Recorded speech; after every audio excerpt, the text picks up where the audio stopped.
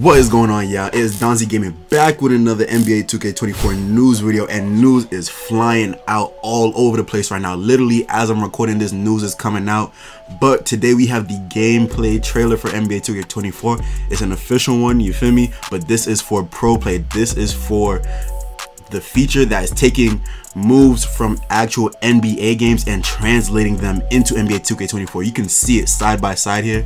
They have KD doing the exact same move. It looks exactly the same as it was in the game, and that is because they are taking footage directly from NBA games and translating them into 2K24. It is not going to be any more mocap. You know, they're crazy for this.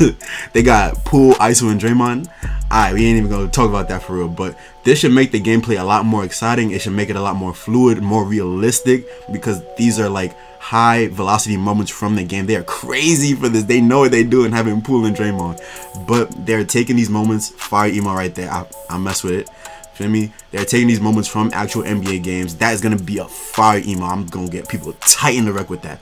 But the movement is a lot more fluid. It should be a lot more exciting, a lot more dynamic, because it is not mocap. Mocap is it's in a controlled environment. Oh my gosh, if they have Paul George moving smooth like he do in real life, oh my goodness. But it's a lot more fluid, a lot more smooth, just realistic. Mocap is a controlled environment. Do this move, and we're gonna see how it looks. But this, it is in the moment with all the energy from actual NBA games. It's gonna be crazy. Then we have Mike WANG and them going absolutely crazy, dropping bombs with these courtside reports. Players who play on Hall of Fame or comp online games will be playing with green or miss shot timing for the ultimate challenge. But team control modes will see more forgiving shot timing, so you won't have to memorize every single player's release to the exact frame to find success. The shot timing release time setting from NBA 2K23 has been converted to a new setting called Shot Timing Visual Cue. Now you can set your desired release point based on whatever animation cue works best for you. This makes it much easier to play with players and teams you're not as familiar with. Advanced layups like floaters, reverses, euros, hop steps, and scoops are much more effective this year, and I'd encourage everyone to try out layup timing. It's much more forgiving for high percentage layups and also gives you the ability to finish tough circus layups in traffic if you can master it. Alright, so basically first things first, green or miss is back. You know, I don't think that was a problem for anyone this year. That is a good thing to have. It's better than how it was in 22, where, you know, everyone was making slightlies.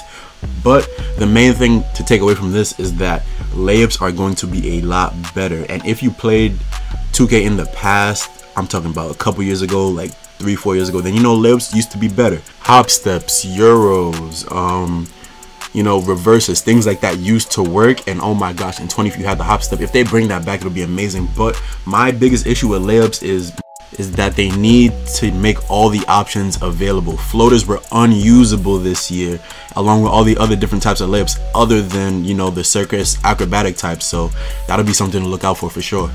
For dunkers in New Gen, you can now force rim hangs from any two-hand dunk by simply keeping the sprint trigger held when the dunker grabs the rim.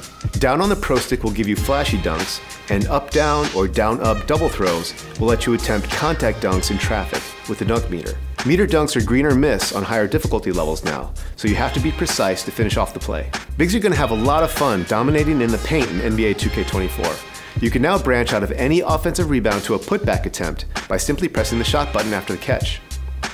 Post fades and hop shots are also really effective shots for post players, and you can definitely feel the impact of strength and weight as bigger players easily dominate weaker ones on the glass. Every year we have the argument of whether or not strength and weight matters. So once again, we have them telling us verbatim that it does matter. So we're just gonna have to wait and see until, you know, a week or two into the game and see how the big bodies really match up against people who's not putting too much into their strength and maybe have a lot of weight, or people that have a lot of strength but not a lot of weight. So we're gonna have to see how that goes.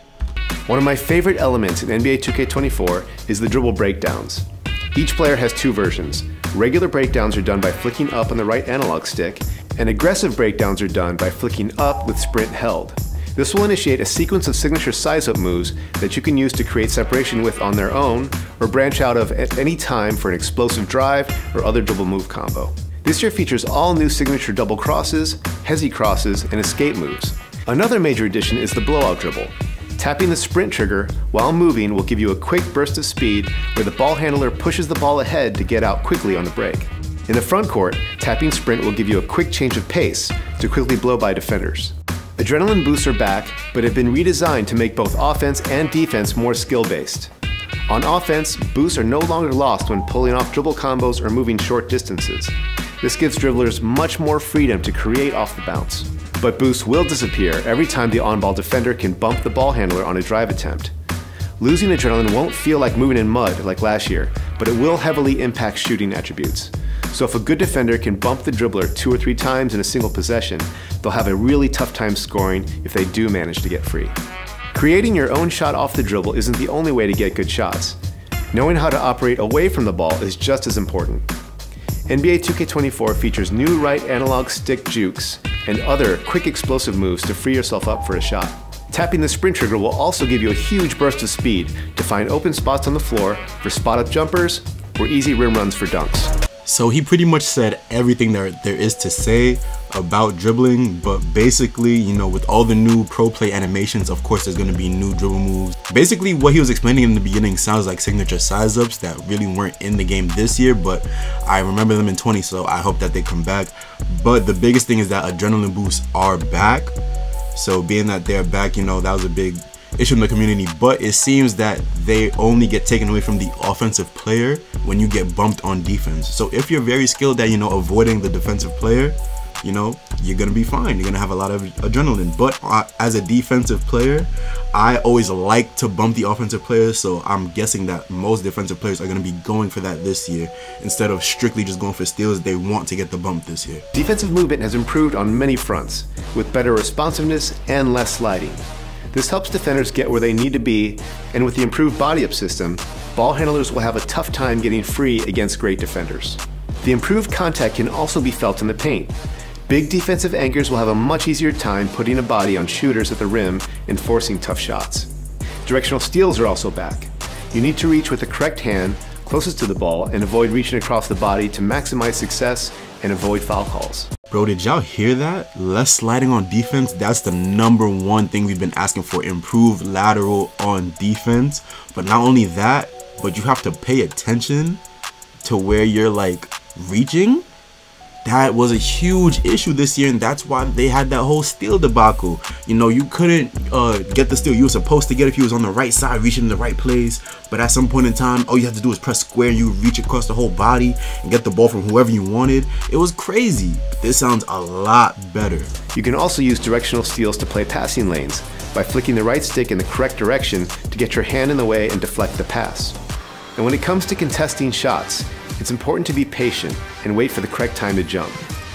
If you're behind the shooter, jumping too early, biting on fakes, or closing out late, you'll quickly find yourself racking up fouls and giving up and-one opportunities. Like he said, there was a big emphasis on defense. He even went to Twitter. Like I said, they've been pumping out news all day. On Twitter, he said the contest system changed a lot. They're going to be less ghost contests, you know, paint defense. They buffed that a whole lot too. They think they have a really good balance right now, and that's saying a lot because everyone was asking for better defense, but not to nerf the offense. Takeover returns to NBA 2K24, but with a different spin. Instead of assigning a takeover ability as part of the build process, now you can choose a category of attributes to boost on the fly. When you fill up the takeover meter, you can choose between finishing, shooting, playmaking, defense rebounding, or physicals. If you delay your takeover and fill up double takeover, you can choose 2 different categories of ratings to boost, making you a true threat on both ends of the floor.